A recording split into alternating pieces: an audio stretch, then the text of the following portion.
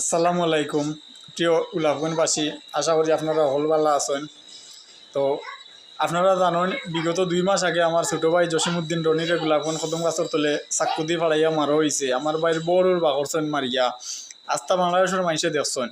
কিন্তু একটা জিনিস আপনারা, আমি আপনারা কাছে বিচার প্রার্থী, আপনারা আমার সহযোগিতা করতা, আপনারা আমার বিচার করে দিতা। আমি এতটা দিন হয়েছে আমি মামলা দিয়ে এখনো পর্যন্ত কোনো ধরনের কোনো সহযোগিতা আমি প্রশাসন থেকে পাই না। আমার অনেক টাকা পয়সা খরচ হয়েছে, অনেক কিছু আমার হয়েছে, আমার জানও গেল, আমার দনও যার, এরপরেও আমি কোনো বিচার পাইয়ার না।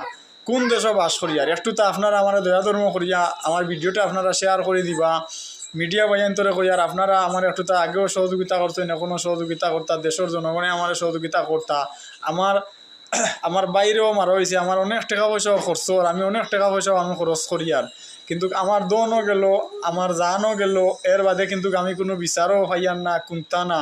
একটা মার্ডার নিয়ে যদি এত তালবাহানা যদি প্রশাসনের থাকে, তে আমরা যাইমু কই যে তুই কোনো মামলা যদি নয়তো তেও তো মানিয়ে নেওয়া যায়। যে একটা মার্ডার মামলা নিয়ে প্রশাসন এত নীরব, একটা মার্ডার মামলার যদি তারা কোনো ধরনের কোনো অ্যাকশন নেয় না আসামির পক্ষে, আসামিরে ধরার লাগিয়া কোনো ধরনের যদি কোনো তারা জিও করে না, তে এইভাবে যদি আসামিরে এইভাবে যদি কোনো খুনিরে যদি এত একবারে নীরব যদি ছাড়িয়া দেওয়া হয় আর এত যদি জিও করা যায়, তাইলে হাজার হাজার মামলা হইব, মার্ডার হইব আমরা বাংলাদেশও। কিন্তু কোনো ধরনের কোনো এই মার্ডার এগুলো কিন্তু বন্ধ হইতো না।